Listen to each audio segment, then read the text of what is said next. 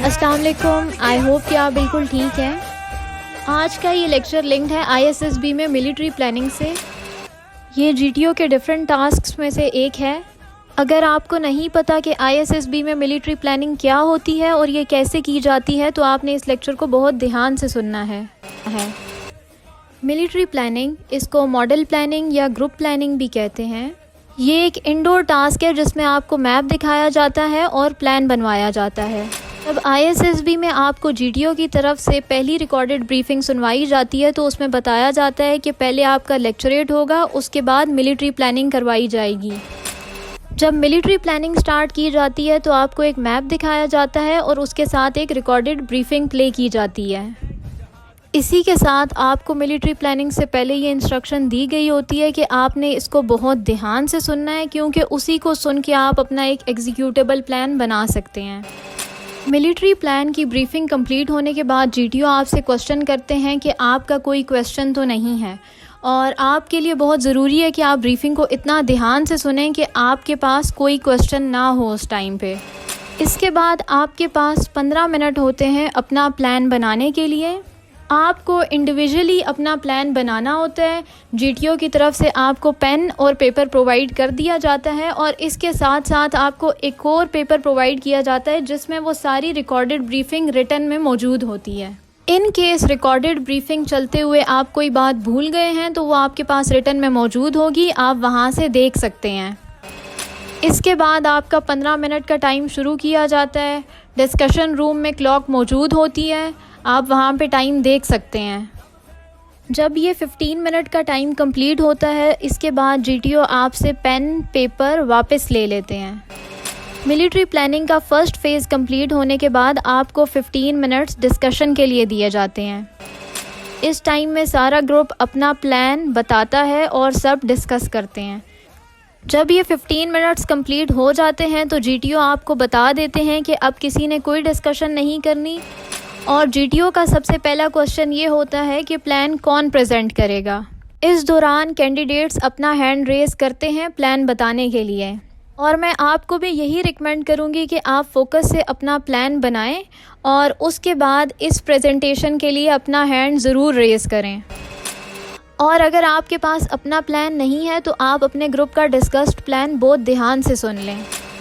इसके बाद काफ़ी सारे डिफरेंट स्टेप्स हैं जो GTO ले सकते हैं।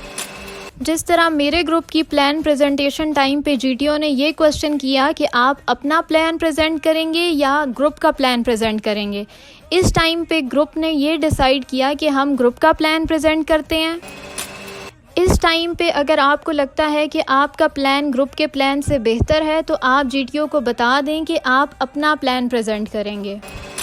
इसके बाद ग्रुप में से एक कैंडिडेट डिसाइड किया गया प्लान प्रेजेंट करने के लिए, और इसके बाद GTO ने ग्रुप को वार्न किया कि अगर ये सिलेक्टेड कैंडिडेट प्लान बताने में फ़ेल हो जाता है तो सारे ग्रुप का प्लान फ़ेल हो जाएगा।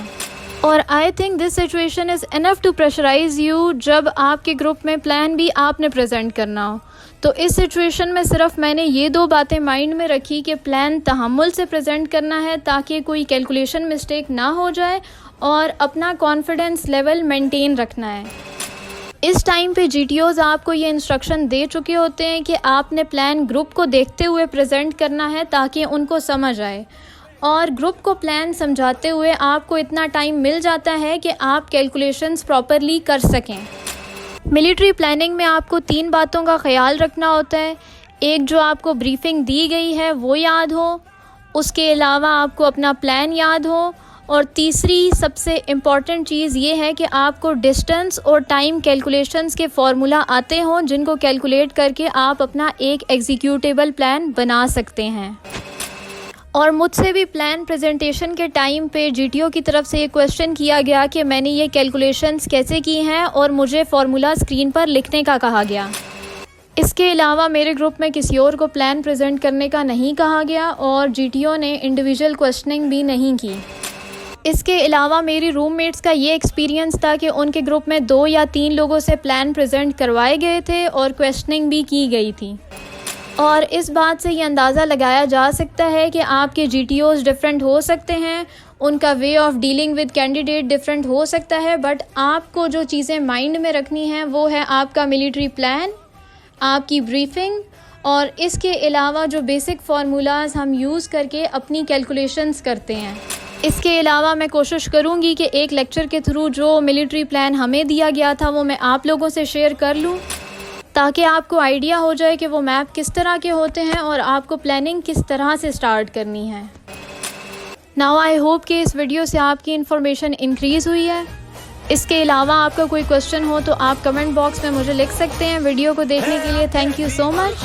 बेस्ट ऑफ लक एंड अल्लाह हाफिज़।